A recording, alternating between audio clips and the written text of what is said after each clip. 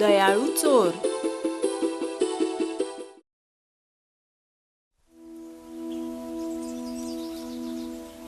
एकदा एका दूरच्या प्रदेशात 3 मित्र राहत होते.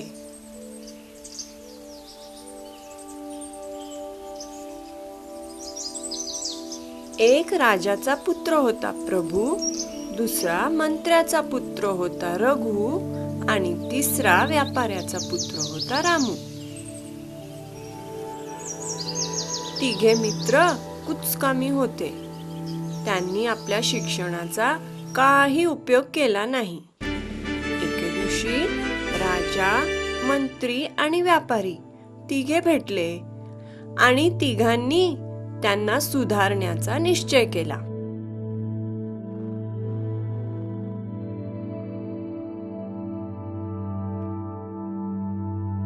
त्यांनी तिघांना बोलावलं आणि जगात जाऊन आपल्या कौशल्याचा वापर करण्यास सांगितलं. ते म्हणाले, तुम्ही आपल्या पायावर उभं राहायला शिकलं पाहिजे. तिघांनी आपलं घर सोडलं आणि प्रवासाला निघाले. रामू म्हणाला, मी ऐकलेलं आहे की इथं जवळच एक पर्वत आहे. त्या पर्वताच्या शिखरावर अनेक मौल्यवान खडे विखुरलेले आहेत. चला, आपण तिथे जाऊन थोडे खडे आणूया आणि ते विकून पैसे कमवूया. प्रभू आणि रघुला हा विचार फार आवडला. लगेच तिघेजण पर्वताच्या शोधात निघाले. खूप दिवसांपर्यंत प्रवास केल्यानंतर ते पर्वताच्या शिखरावर पोहोचले. तिथं त्यांनी अनेक मौल्यवान खडे विखुरलेले बघितले. तिघांनी केवळ एकच खडा घेतला, कारण त्यांना माहित होतं की खड्याची त्यांना मोठी रक्कम मिळेल. पर्वतावरून खाली पोहोचताच रघु म्हणाला, चला, आपण हे रत्न गिळू. तसं केल्यास आपण अगदी निश्चिंतपणे जंगलातून प्रवास करू शकू. सगळे तयार झाले आणि सगळ्यांनी ती रत्न गिळली.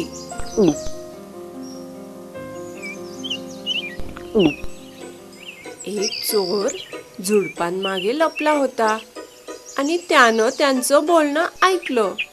त्यानं निश्चय केला की त्यांच्या सोबत प्रवास करून तो त्यांचा विश्वास मिळवेल.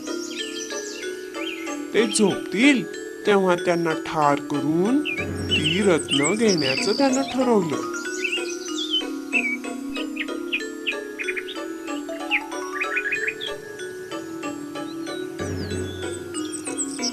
चोरानं त्यांना विचारलं, श्रीमान हो, मी तुमच्या बरोबर प्रवास करू शकतो का?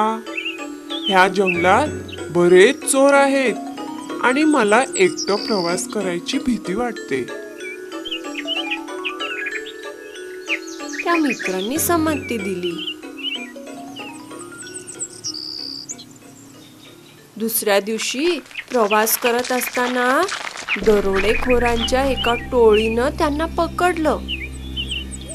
त्यांनी चौघांची तपासणी केली, पण त्यांना चौघांकडून धनसंपत्ती मिळाली नाही.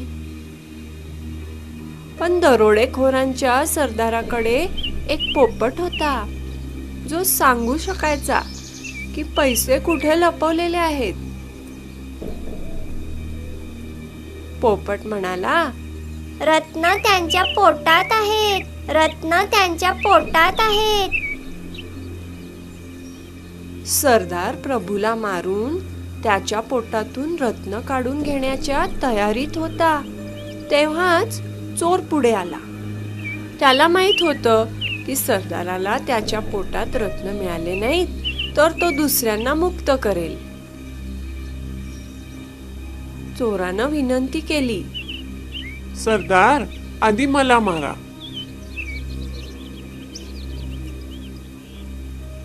सरदारानं त्याला मारलं आणि त्याला त्याच्या पोटातून कोणतीही मौल्यवान वस्तू सापडली नाही. माझ्या पोपटानं चूक केली.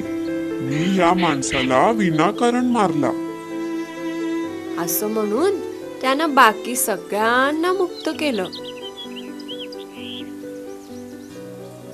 प्रभू, रघु आणि रामू सगळेच रत्नांसह घरी पोचले.